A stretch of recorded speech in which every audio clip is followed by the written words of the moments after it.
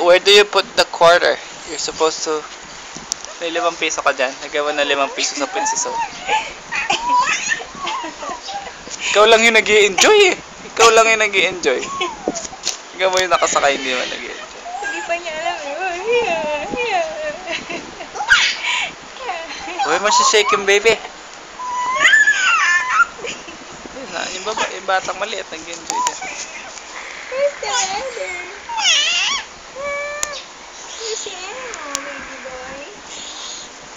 If I was an animal, I'll be a fish. I'll be a snake. How about you? Silence! The silent snake.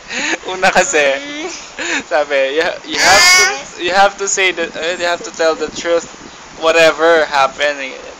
Honest is the best. Sobrang honest nila. Ay, si Mr. Brown. Tapos yung kanina naman, you have to tell the truth kung wala namang, as long as walang na-pepperwish o ganyan. Hindi rin pwede kasi bobo talaga siya. Hanggang sa last resort, wag na lang kayo magsalita. Mommy.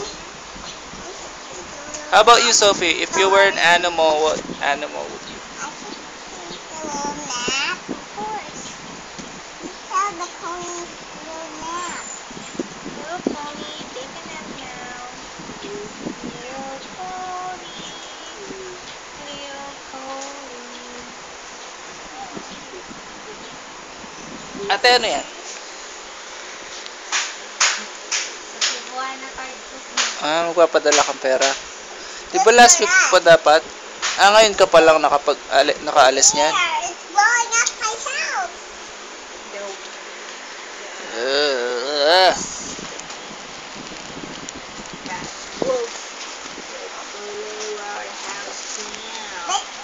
Sophie. Sophie. Made of wood. And not a brick. I'll say something. I will pop and show you. David is my favorite baby.